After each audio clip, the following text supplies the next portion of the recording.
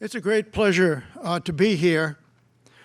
I was Roger's classmate at Harvard, just up the street here a little bit. Just a few years ago, we started in 1952, and Roger began by working in Don Griffin's lab, where he was working on bats and so on. And then in his senior year, he switched over to owls. And he worked with Bill Drury out at Drumlin Farm, the Audubon Society place in Lincoln, Massachusetts. He found a building which he was able to make entirely light-tight, and he was able to demonstrate for his senior thesis that barn owls are able to catch mice in total darkness. And that may seem like a trivial observation, but it had been known for years, of course, that barn owls caught mice. It had been known that they had interesting ears, they were asymmetric, but it had never been shown conclusively that they were able to do this simply by sound and sound alone. And that was his senior thesis.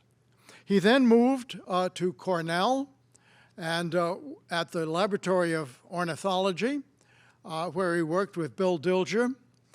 He built an owl house there with some of his friends across the street from the old lab, and he lived in the garage of the ornithology building in a kind of tent structure constructed of cardboard and various other things.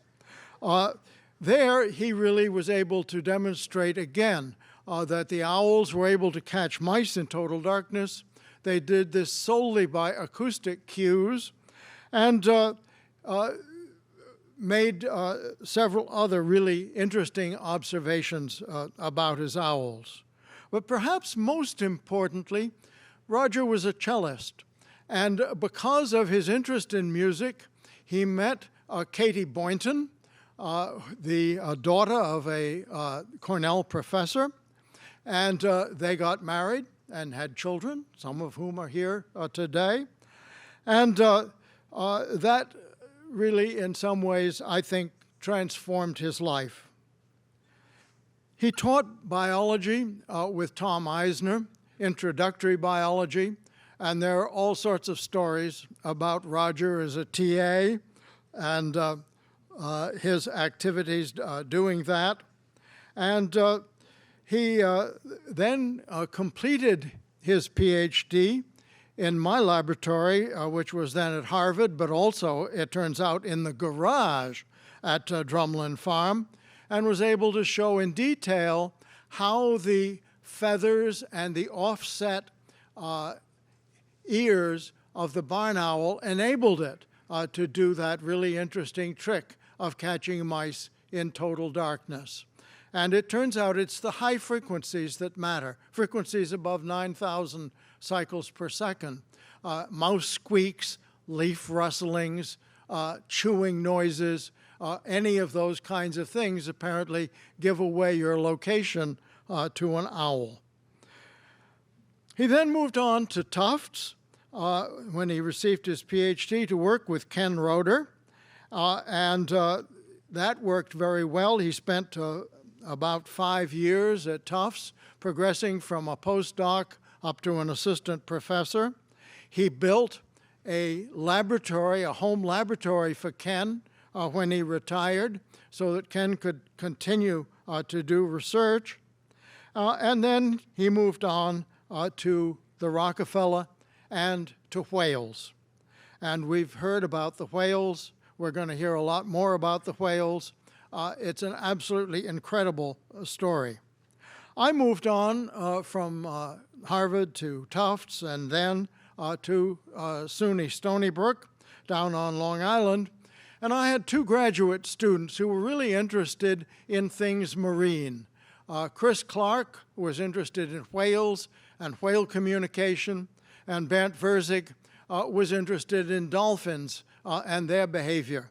I introduced them to Roger, and as usual, Roger, with his extraordinary generosity and breadth of view, took them on, and they worked down at his field station, which you just saw, actually when it was a bit warmer than that, as I recollect. They did their thesis based on that experience down there. And I spent an absolutely wonderful month or so on sabbatical leave with Chris and Bernd and Mel, his wife, and the Paynes down in Argentina. And it is a most extraordinary place. The whales are just a small part of it, but a very important and critical part of it. I also personally owe an enormous amount to Roger. When I was working at Harvard, I lived in an apartment in Cambridge, and I thought it would be nice to be out in the country. Roger suggested I meet with a fellow by the name of Jerry Hunsaker, who had a place called Fox Ridge Farm in Lincoln, and that was an absolutely wonderful transition. I spent approximately 20 years out there. I was able to have my homing pigeons in lofts out there. We weren't so far from Hanscom that it wasn't difficult to keep an airplane at Hanscom and follow these pigeons on the way home. And that was particularly nice when Roger and Katie bought the house next door. And so we were all pretty much together there out in Lincoln. I should say that a number of the Payne children took care of my pigeons over the winter, and there were various exciting moments when, for example, a red-tailed hawk decided it would like to enter the pigeon loft. Fortunately, we had an entryway with a locked gate, as it were, so the hawk was able to get in but not get out. And so when I think it was Holly came and found it, she put a coat over the hawk, extracted it, and let it go. So I just simply want to end by saying that Roger has made an enormous difference to many people, even in those very early days as a graduate student and as a postdoc, and finally these extraordinary tales of the whales. Thank you.